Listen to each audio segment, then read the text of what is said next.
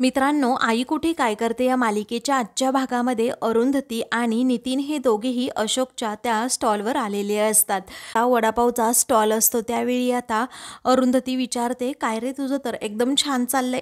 मग आता अशोक खूपच घाबरतो आणि विचारतो, तुम्ही इथे कसे काय. तेव्हा ते महत्त्वाचं नाहीये, आम्हाला सगळ्यांचा पत्ता मिळालाय. आता नितीन म्हणतो, नितीन आता पोलीस बनूनच तिथे आलेला असतो, कारण अरुंधतीने त्याला सांगितलेलं असतं की हे पोलीस आहेत आणि तुझी चौकशी करायला आले आहेत. म्हणून जरा अशोक हा खूपच घाबरतो आणि विचारतो, तुम्हाला पत्ता दिला कोणी पण.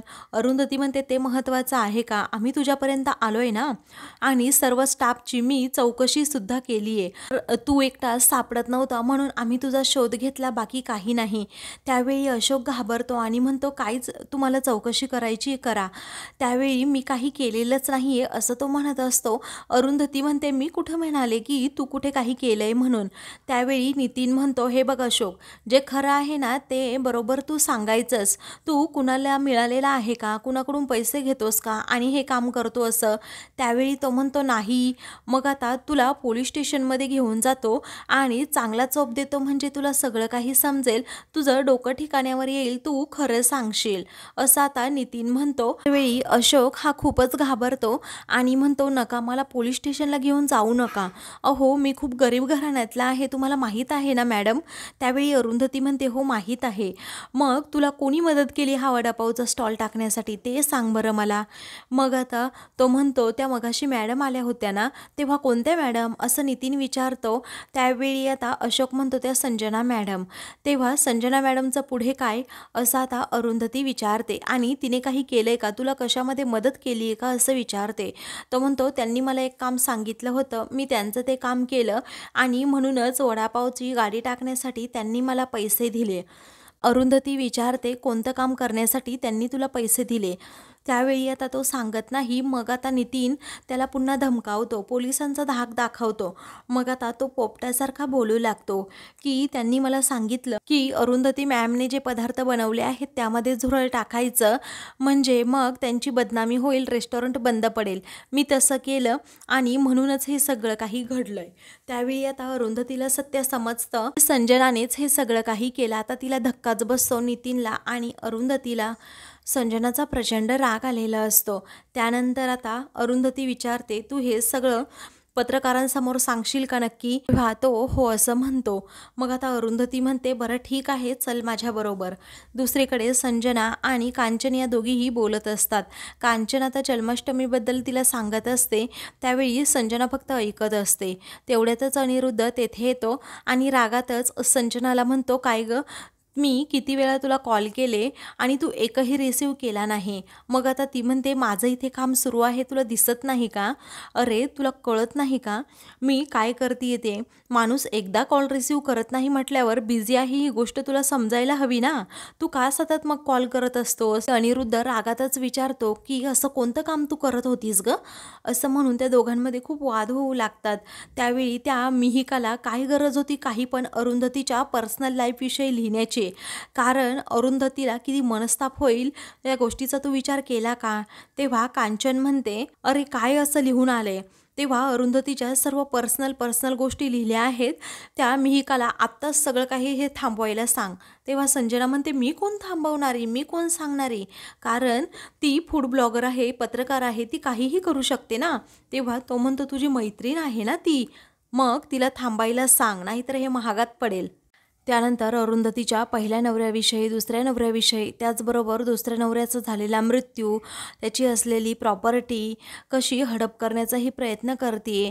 त्यानंतर मिहीरने तिला कशाप्रकारे रेस्टॉरंट चालवायला दिलं आणि मिहीर व तिच्याबद्दल किती किळसवानं लिहून आले, तुला काही पटतं का. अगं, या सगळ्यामध्ये माझा अभिसुद्धा इन्व्हॉल्ड आहे असं त्यामध्ये लिहिलं आहे. अरे तुला काही पटतं का संजना, तिला सांग तुझ्या मैत्रिणीला. असं म्हणून अनिरुद्ध खूप चिडतो आणि म्हणतो, म्हणतो जर पुढे काही प्रकरण वाढलं ना तर मग बघतच राहा तू काय होतं आणि काय नाही, माझं न पाहिलेलं रूप तुला पाहायला मिळेल. तेव्हा संजना आता काहीच बोलत नसते. त्यावेळी आता कांचन खूप वैतागते, म्हणते हे काय होऊन बसले काय माहिती, ही संजना घरात आल्यापासून ना नुसता क्लेश क्लेश क्लेशच आहे असं म्हणून ती खूप चिडते. वृद्ध आणि कांचन हे दोघेही तिथून गेल्यानंतर संजना एकदम डोकं टेकवून शांतपणे तेथेच अशी पडते. मग आता तेथे अभि येतो आणि रागातच तिला म्हणतो संजना हे काय चाललंय. मग आता ती म्हणते सगळ्यांना माझ्याबरोबरच बोलायचंय, माझा किती आता फायदा झालाय तू पाहिलंस ना, म्हणजे सगळ्यांना माझ्याशीच बोलायचंय, बोला तुमचं काय म्हणणं आहे. त्यावेळी आता तो म्हणतो हे काय चालवलंय काय तू.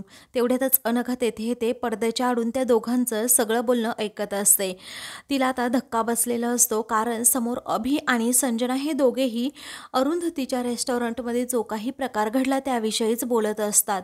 मग आता हळूहळू तिलाही सत्य समजू लागतं.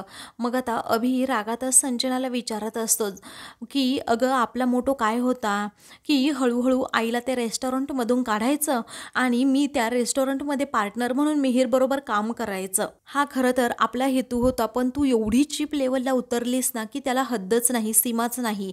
म्हणजे अगं आईच्या हातून ही चूक होणं कधीही शक्य नाही हे मला माहीत आहे, परंतु तू एवढ्या खालच्या थराला जाऊन हे केलंस ना, आईचं नाव बदनाम केलंस तर केलं आणि माझंही केलं. हे बघ जर माझं नाव यापुढे आलं ना कुठे मग बघतो तुझ्याकडे, नाहीतर मी खरंच घरातील सर्वांना आणि पत्रकारांनाही सांगेल की कशाप्रकारे तू हे चीप काम केलंय. मला हे अजिबात आवडलेलं नाही आहे, हे आपल्या प्लॅनमध्ये नव्हतंच असं म्हणून आता तो संजनावर खूपच चिडतो. ती म्हणते गप्प बस, तुझा काही संबंध नाही यामध्ये, मी केलंय ना. अरे आपला काय प्लॅन होता, अरुंधतीला कसं रेस्टॉरंटमधून बाहेर काढायचं आणि तुला त्या जागी फिक्स करायचं, परंतु या गोष्टीसाठी खूप अवधी लागणार होता ना, म्हणून मी हे लवकर केलं, बास झालं. हा पुढे आता अभि म्हणतो कसा आहे ना संजना, अगं त्या अशोकला तू हाताशी धरलं, अशोक काय तुला मदत करणार आहे का, नाही ना करणार, मला माहिती आहे असं म्हणून तो रागातच आता बाहेर जातो. आता अनघाने सगळ्या या दोघांचं बोलणं ऐकलेलं असतं. तेव्हा संजना आता पुन्हा डोळे झाकून तिथे बसते आणि म्हणते अशोकला फक्त पैशांची हव्यास आहे, मला माहीत आहे, काय पैसे त्याच्या अंगावर फेकले की तो लगेच काम करतो, मला माहिती आहे असं म्हणून आता संजना ही एकदम रिलॅक्स बसते. बाहेर अभि डोक्याला हात लावून उभा असतो. अनघा तडातडा तेथे जाते आणि त्याला रागातच विचारते काय रे, हा तुझा प्लॅन होता काय, म्हणजे आम्हाला सर्वांना गाफील ठेवून तू ताईचं रेस्टॉरंट हडप करण्याचा प्रयत्न करत होतास. तेव्हा तो म्हणतो गप्प बस, झालं ना तुझं बोलून, आता शांत बस. मग आता ती म्हणते कशी शांत बसू, तुला काही वाटतं की नाही अरे अभि, तू काय करायला निघाला होतास ते, तरीही म्हटलं की तू एका बोलण्यामध्ये एवढा कधी सुधरू शकतच नाही. मला माहीत होतं तुझ्या मनात नक्की वेगळा कोणता ना कोणता हेतू आहेच. त्यावेळी आता तो म्हणतो गप्प बस, तुला म्हटलोय ना मी. ती म्हणते की नाही गप्प बसणार, अरे तुझ्यासारख्या माणसावर ना मी विश्वासच ठेवायला नको होता. अरे ताईच्या आयुष्याची वाट लावून तू असा ऐशो आरामात जगशील असं तुला वाटतं का, तू का करतोस असं, ताई पुढे गेलेली तुला पाहवत नाहीये का. त्यानंतर आता अभि म्हणतो मी या प्लॅनमध्ये अजिबात इन्व्हॉल्व नव्हतो, त्यामुळे तू मला समजून घे जरा. मग आता अनघा म्हणते कशी तुला समजून घेऊ. तो म्हणतो मी संजनाने काय प्लॅन केला होता ना तुला सांगतोय. तेव्हा अनघा म्हणते सगळं खरं सांगायचं. तो आता पुढे सांगू लागतो की संजनाने खरं तर त्याच्या मैत्रिणीला म्हणजे मिहिकाला त्या फूड क्रिटिकला इकडे बोलवून अरुंधतीचं रेस्टॉरंट कसं बंद करायचं हा प्लॅन सांगितला होता.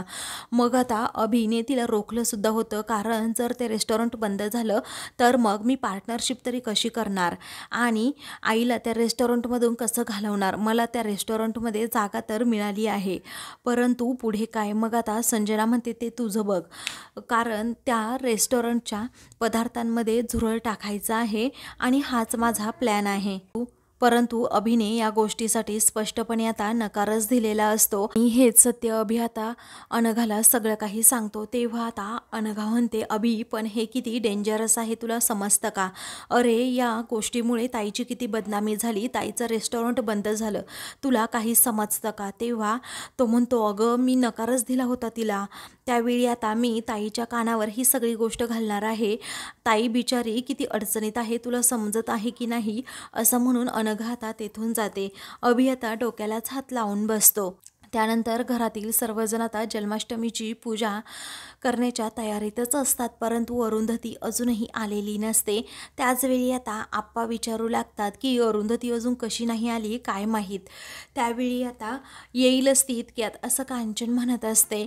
मग आता संजना म्हणते येईल ती, कुठे पळून वगैरे तर गेली नाही ना. तेव्हा सर्वजण रागातच आता तिच्याकडे पाहू लागतात. मग आता ती का पळून जाईल असं आता यश विचारू लागतो. त्यावेळी संजना म्हणते अरे तिची एवढी बदनामी झाली म्हटल्यावर ती पळून जाणार नाही का. आणि कसं आहे ना, तिला तोंड दाखवायला सुद्धा जागा उरलेली नाहीये, त्यामुळे ती पळूनही गेली असेल असं आता संजना म्हणत असते. मग आता रागातच अभि, त्याचबरोबर अनिरुद्ध आणि यश, आप्पा, कांचन हे सगळेजण तिच्याकडे पाहत असतात. आता तिला समजतं माझ्याकडे सगळेजण रागात पाहताय, म्हणून ती विचारते काय माझ्याकडे का पाहताय. आता जर आपण बाहेर गेलो तर सर्वजण आपल्याला कसे बोलतात माहिती आहे ना. मग ती बाहेर गेल्यानंतर कदाचित तिच्या तोंडाला काळा वगैरे सुद्धा फासलं असेल असं मला वाटतं. तेव्हा आता सर्वजण पुन्हा एकदा रागात तिच्याकडे पाहतात. आप्पा म्हणतात माझी अरुंधती कधीही हार मानणार नाही, ती कधीच अशी तोंड लपवून फिरणार सुद्धा नाही. मग आता याला विश्वास म्हणायचं की अंधविश्वास असं संजना आता टोमणा मारून आप्पांना विचारते. त्यावेळी आप्पा म्हणतात याला दृढ विश्वास म्हणतात, कारण माझी अरुंधती कधीही अशी पळून जाणाऱ्यातली नाहीये. तेवढ्यातच अरुंधती, अशोक त्याचबरोबर नितीन हे तिघेही तेथे येतात आणि अरुंधती म्हणते तुम्ही मला बरोबर ओळखलंत आप्पा, कारण मी कधीही पळून जाणाऱ्यातली नाहीच आहे, कारण आज तुमचा विश्वास सार्थ ठरतोय. तेव्हा आता अशोकला देखील तेथे पाहून संजनाला जबर धक्का बसतो. आता अरुंधती म्हणते ज्या व्यक्तीने माझा विश्वासघात केला आहे ना, त्या व्यक्तीला मी शेवटी शोधून काढलंच. तेव्हा आप्पा विचारतात म्हणजे ती व्यक्ती सापडली का. तेव्हा अरुंधती म्हणते हो सापडली, आणि त्या व्यक्तीमागे कुणाचा हात आहे ना हे सुद्धा मला समजलंय. आता अरुंधतीचं हे बोलणं ऐकून सर्वांना आनंद होतो. पुढे आता संजना खूपच घाबरते. मग आता अरुंधती सांगू लागते आप्पा अहो त्या व्यक्तीचं नाव सुद्धा मला माहीत आहे, आणि आपण जर खोटेपणा केला, खोटं वागलं तर लोकांच्या समोर ते येतच. काय संजना बरोबर आहे ना. तेव्हा घरातील सर्वजण संजनाकडे पाहू लागतात. तर संजना आता मूर्खपणाचा आव्हानात म्हणते तू मला विचारतेस. त्यावेळी अरुंधती म्हणते हो तुलाच मी विचारले. अरुंधती म्हणते तू का नाटक करतीये ना, मला कळतच नाही. तुला काय वाटलं आता सर्वांचा तुझ्यावर विश्वास बसेल का. तेव्हा अरुंधती म्हणते बस संजना बस, कारण आता सगळं काही संपलंय. अगं बाकी सगळं जाऊ दे, परंतु तू याला ओळखते ना, असं म्हणून ती अशोक जवळ जाते. व्हा आता संजना ओळख दाखवण्यासाठी स्पष्टपणे नकार देत असते. मग आता आप्पा विचारतात काय ग हा कोण आहे अरुंधती. अगं हा तर तुझ्या रेस्टॉरंटमध्ये काम करतो ना. मग आता अरुंधती म्हणते हो करायचा आप्पा, पण आता याने स्वतःची वडापावची गाडी टाकली आहे, आणि याला वडापावची गाडी सुरू करायला कुणी पैसे दिले माहितीये का. तेव्हा सर्वजण संजनाकडे पाहतात. तेव्हा अरुंधतीला काही सांगण्याची गरजच पडत नाही. ती म्हणते अरे वा सगळ्यांनी तर ओळखलं, आणि यालाच म्हणतात विश्वास. खरंच संजना तुझं कौतुक करावं तेवढं, कारण एका गरीब माणसाला तू मदत केली आणि त्याचं घर फक्त तुझ्यामुळे चालतंय. तेव्हा कांचनला आता काही समजत नाही. मग आता ती म्हणते अगं चांगलंच आहे की. मग आता अरुंधती म्हणते हो आई चांगलंच आहे, मी कुठे नाही म्हणते, आणि त्यासाठी मी तिचं कौतुकच करतीये ना. पण तुम्हाला माहिती आहे ना संजना कुठलीही गोष्ट कधी निस्वार्थीपणाने करत नाही, त्यामध्ये सुद्धा तिचा काहीतरी स्वार्थ असतोच.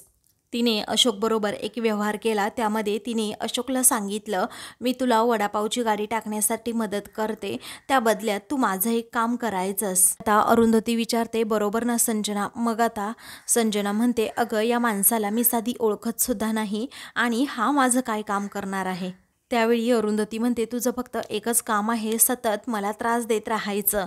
त्यावेळी अनिरुद्ध रागातच उठतो आणि संजनाला विचारतो मी तुला या अगोदरही विचारलं होतं, अरुंधतीच्या रेस्टॉरंटमध्ये जे काही झालं त्यामध्ये तुझा हात आहे का, पण तू मला नाही म्हणालीस बरोबर ना. मग आता अरुंधती म्हणते अरे वा, म्हणजे अनिरुद्धांना देखील माहीत होतं का संजना देखील असं करू शकते म्हणून, आणि यालाच म्हणतात दृढ विश्वास. तेव्हा आता संजनाला राग येतो. ती अनिरुद्धला म्हणते तू काही पण का बोलतोस, अरे मी तुला सांगितलं ना माझा याच्यात हात नाहीये.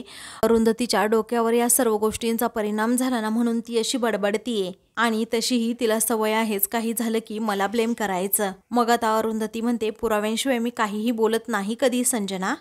तर आता मित्रांनो, पुढील भागामध्ये आता अरुंधती म्हणते, अशोक सांग, तुला हिने काय काय सांगितलं? मग आता तो म्हणतो, अरुंधती मॅडमने बनवलेल्या डिशमध्ये झुरळ टाकायचं, त्या बदल्यात मी तुला पैसे देईन असं त्यांनी सांगितलं होतं. तेव्हा संजना या गोष्टीचा पुरावा मागते. त्यावेळी अशोक आता म्हणतो, आहे माझ्याकडे पुरावा, असं म्हणून त्या दोघांचं संभाषण म्हणजे मोबाईलमधलं रेकॉर्डिंग तो आता सर्वांना ऐकवतो. अशाच मालिकेंचे पुढील भाग पाहण्यासाठी चॅनलला सबस्क्राईब करा.